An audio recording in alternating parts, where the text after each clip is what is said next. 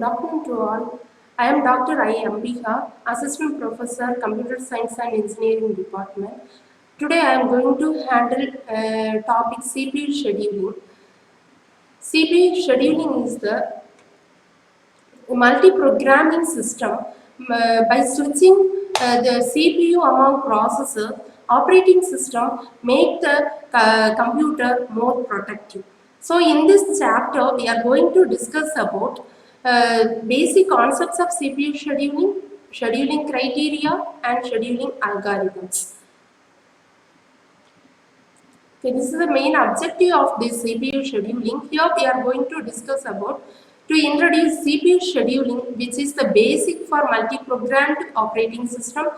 Second one, to describe various CPU scheduling algorithms. Third one, to discuss evaluation criteria for selecting a CPU scheduling algorithm for a particular system. The basic concepts in single system, one processor can run at a time. Others must wait until CPU gets free. So this is not fair. Okay, the main objective of this multi-programming is to maximize the CPU utilization. So the first point is maximum CPU utilization obtained with multi-programming. Second point, CPU input-output burst cycle. Here, the input-output burst cycle, the process execution consists of a cycle of CPU execution and input-output wait. Okay, in this block diagram, it shows the alternating sequence of CPU and input-output burst. Here, the process begin at in the CPU burst type.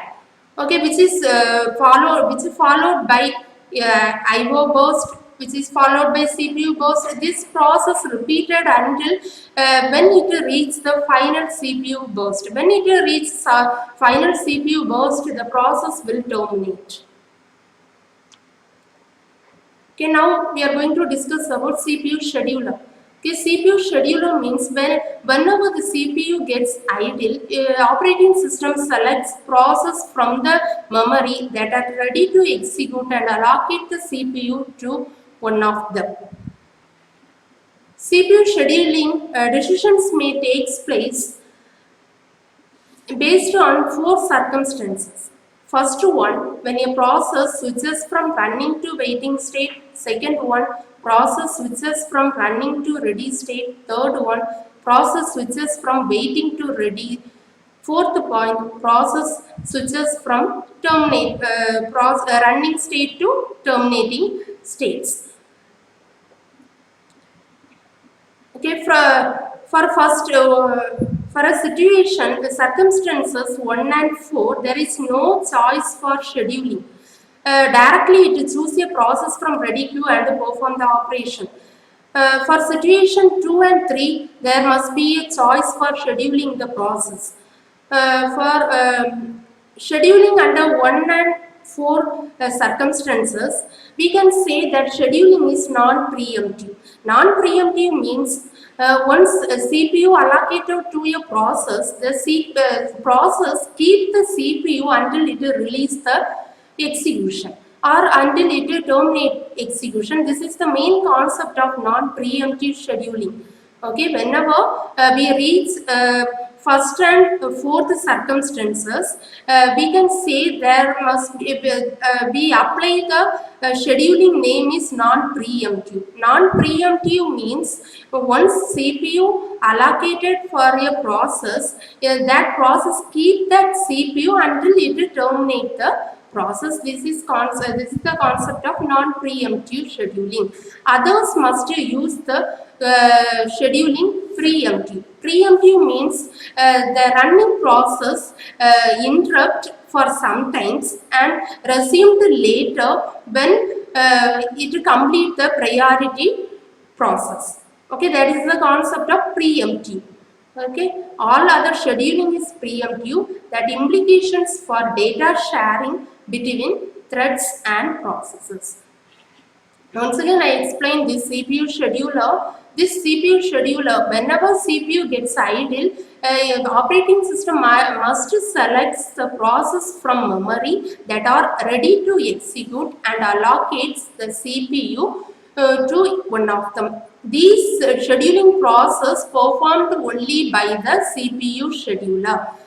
CPU scheduling decisions may take place by four circumstances. First one, when a process switches from running to waiting state. Second one, process switches from running to ready state. Third one, switches from waiting to ready state. Fourth point, process terminates. Okay, under the circumstance 1 and 4, we must apply non-preemptive scheduling concept.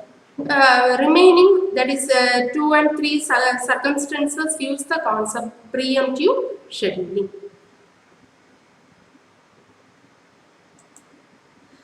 Next point, dispatcher. Dispatcher is a module that controls the CPU to process selected by the scheduler. Dispatcher is a module that controls the CPU to the process selected by the scheduler. The following functions that is performed by this dispatcher.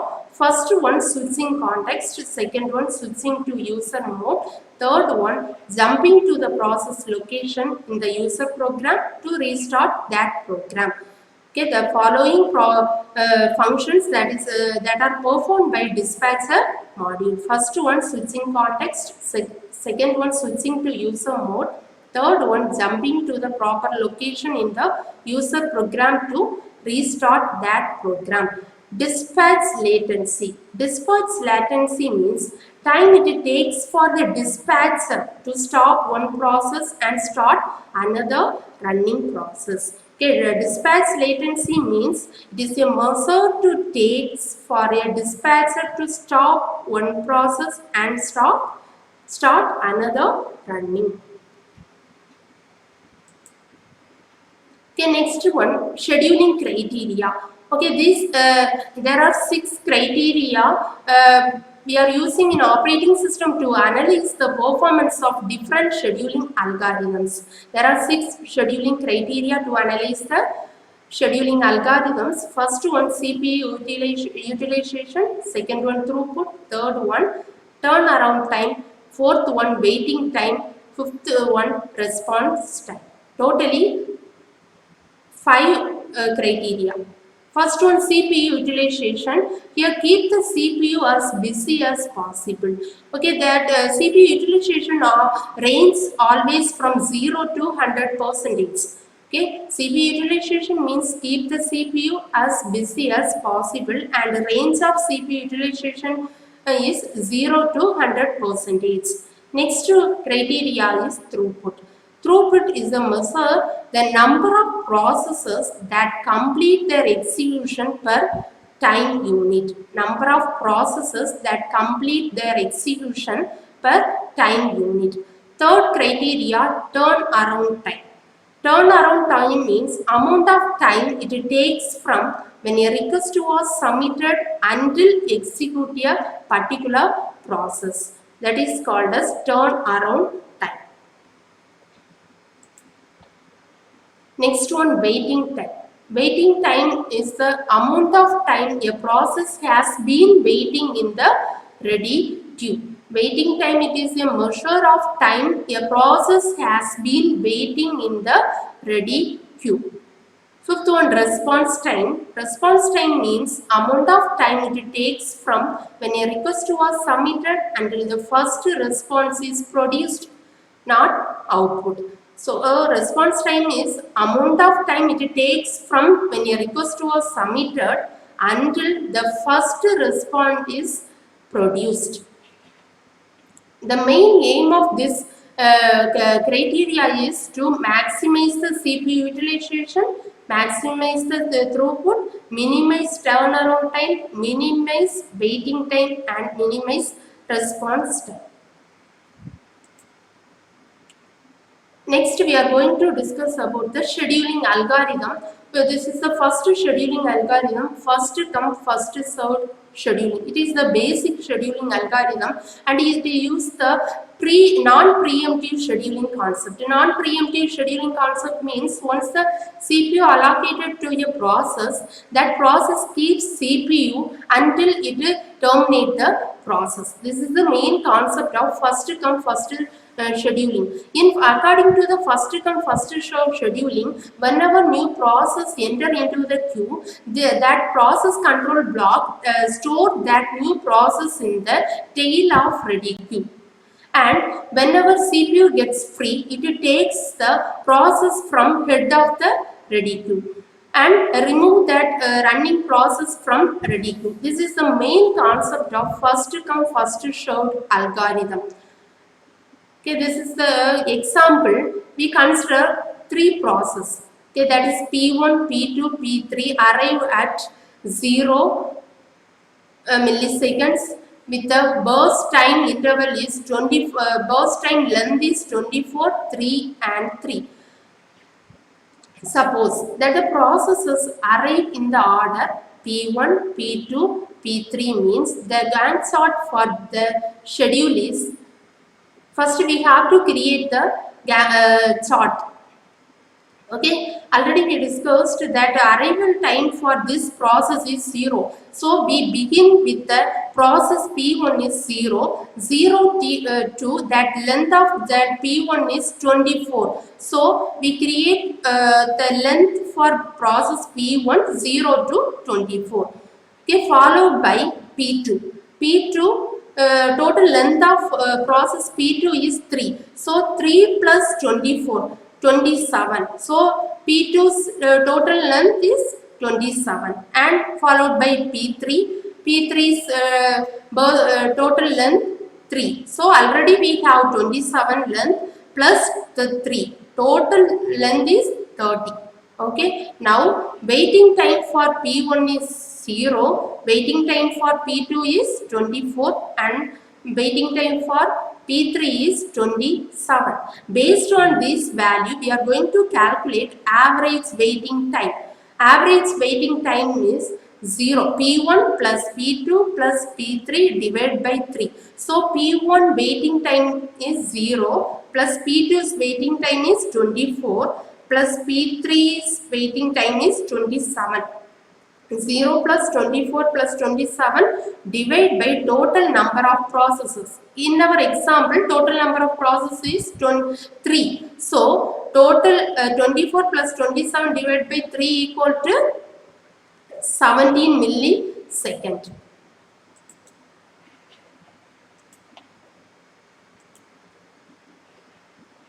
Okay, suppose that the process arrive in the order P2, P3, P1 with the same time interval, that is 24 for P1 24, P2 3, P3 3. Suppose that process arrive in the order P2, P3, P1 with the same length value. Then we create the Gantt chart for the schedule is in the similar way we create the process. P2's arrival time is 0. Starting arrival time 0. 0 to P2's length here 3. So 0 to 3. Total length of P2 is 3. Followed by next process is P3. So already P3's burst time 3. So P3 3 plus 3 6. Clear? Followed by P1. P1's burst time 24. So 6 plus 24 is 30. Total length 0 to 30. So here the waiting time for P1 equal to waiting time for P1 equal to 6, waiting time for P2 equal to 0, waiting time for P3 equal to 3. Based on that value, we are going to calculate average waiting time. So average waiting time P1 is 6, 6 plus 0 plus 3. 6 plus 0 plus 3 divided by total number of processes. Here the total number of processes 3. So 6 plus 3 divided by 3 equal to 3 milliseconds. Compared to that example, we have to compare these two examples for analyze the better performance. In the first example, we got our process P1, P2, P3, burst time 2433. Okay, according to this order, we got 17 millisecond for average waiting time. But in the second example, we have same processor and same burst time, but only arriving order is different. Okay, according to that, our got average waiting time for this second example is 3 milliseconds. So when we compare these two example, this second example is much better than the previous case. Clear? This is the concept of first come first served scheduling. Second one, shortest job first scheduling. Okay, here this shortest job first scheduling associate with each processes the length of its next CPU burst. Use this length to schedule the process with the shortest time. This shortest job first is optimal one. It gives minimum average waiting time for a given set of processes.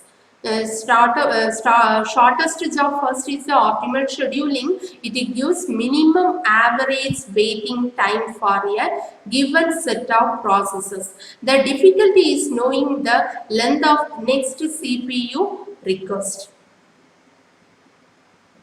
Example for shortest job first scheduling.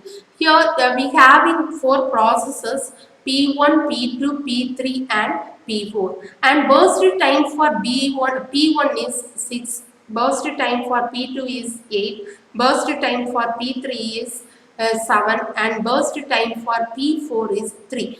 Based on these burst time and processes, we have to create the chart. Okay, first our first process name P1. According to this shortest job first scheduling, it first process the process which it has the lowest burst time. Lowest burst time. So in this table P4 has lowest burst time. So we start from process P4. So arrival time is same 0, 0 and that P4 burst time 3. So 0 plus 3 is 3. P4 length is 3. Followed by next we have to choose the process which has next minimum burst time, which one is P1. So P1 burst time is 6. 6 plus 3. 6 plus 3 is 9. So P1 total length is 9. Okay, after creating this, we have to again choose the process which has the minimum burst time. Here we have two processes P2 and P3, but P3 has minimum burst time. So we choose that P3. P3 already we have total length 9. 9 plus 7 is 16. So final one is we directly choose the fourth process, that is P2. P2's burst time 8. So already we have 16. 16 plus 8 is 24. Total length of this shortest job first scheduling chart is 24. So based on this, we are going to calculate the average waiting time. Average waiting time equal to 3 plus 16 plus 9 plus 0. That means P1's waiting time 3. P1 waiting time 3, P2's waiting time 16 and P3's waiting time 9 and P4's waiting time 0. 3 plus 16 plus 9 plus 0 divided by total number of processes 4. Okay, 3 plus 16 plus 9 plus 0 divided by 4 equal to 7 milliseconds. Okay, thank you so much.